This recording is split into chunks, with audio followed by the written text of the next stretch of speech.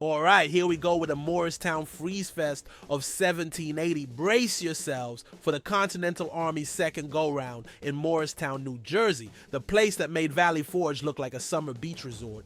So it's the dead of winter in 1780, and George Washington and his scrappy Continental Army are dealing with the most brutal winter anyone can remember. And if Valley Forge taught them anything, it's that they should probably hunker down somewhere with supplies. But nah, they pick Morristown, where everything is either snowed in or frozen solid.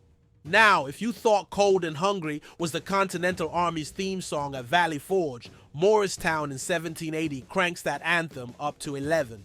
Winter's barely kicked in, and they're already scrambling for blankets, food, and even clothing. Like, imagine an army that's down to its last buttons. Just to add a pinch of drama, the soldiers' uniforms are so thin that if you squint, they're practically see-through. So here's Washington, pulling his hair out over half-naked, fully frozen troops, who, bless them, are somehow still hanging around. Enter the winter of 1780, record-breaking snowfall, temperatures dropping to brain freeze levels, and winds that could blow a wig right off your head. The locals, who are probably used to the cold, are like, yeah, good luck with that, General, as they hunker down inside their cozy homes.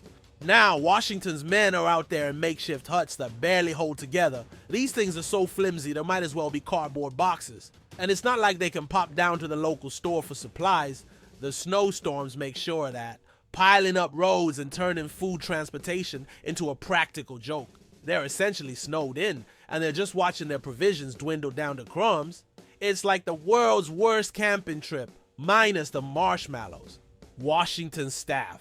They're like the world's least successful scavenger hunt team. They're running around looking for anything they can find. Some days they're lucky if they come back with a sack of beans, and even that's iffy. There's not much more to eat than a handful of rice or corn mush. The soldiers are getting so desperate that they start dreaming of shoe leather as a snack. I mean, the supply lines were stretched so thin, even the rats were second-guessing their career choices. By midwinter, the soldiers are at their wits' end. Desertions are becoming about as common as complaints in the barracks. And the officers? They're doing everything short of bribing their men to stay. They're out there promising the moon and stars, or at least a pair of socks. They're practically begging, stick around guys, we'll get through this, honest. But for these poor guys, the morale is dipping to a record low. They're sitting there with frostbitten fingers, muttering under their breath, forget independence? I'd settle for a sandwich right now.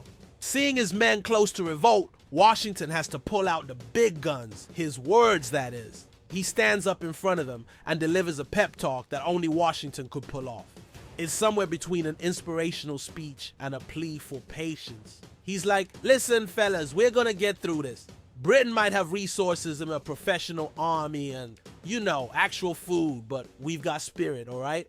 And hopefully some warmer coats on the way. The soldiers nod, mostly out of respect for Washington, who they've followed into freezing conditions twice now. But even Washington knows words don't fill empty stomachs or keep toes warm. Still, it gives them that bit of hope to hold on for a while longer. Now, since everyone's huddling together for warmth and gossip, rumors start swirling. There's talk that maybe the French will come through with supplies, or that maybe some mystery benefactor will save the day. People are even starting to believe that mythical characters like Jack Frost might show up with a basket of bread. In reality, they're just trying to keep spirits up. Every now and then, someone in town manages to get a message out to Washington, promising supplies soon. Washington gets this gleam of hope for about 5 minutes until he realizes that soon in Morristown speak could mean anything from a week to maybe never. Finally, after months of suffering through what could only be described as a historic nightmare, the weather finally breaks. The snow begins to melt, supplies start trickling in, and the soldiers are so happy you'd think they just won the war.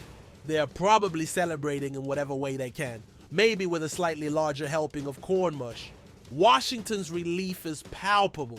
He can finally start thinking beyond just surviving the day, and after weeks of freezing in place, morale's a little higher than zero. The men might be half starved, but they've somehow survived again, and they're still ready to fight the British. So what did this wild winter at Morristown really mean for the Continental Army? It wasn't just about enduring one of the harshest winters on record. It was about showing their resilience, their loyalty, and maybe just a pinch of crazy. This winter was about as demoralizing as it could get, but the men stuck with Washington. They showed that they were in it for the long haul, ready to tough it out under the harshest conditions for the hope of a free America. After Morristown, nobody could question the dedication of Washington's troops, and in the end, that freezing winter proved to be one of their strongest tests.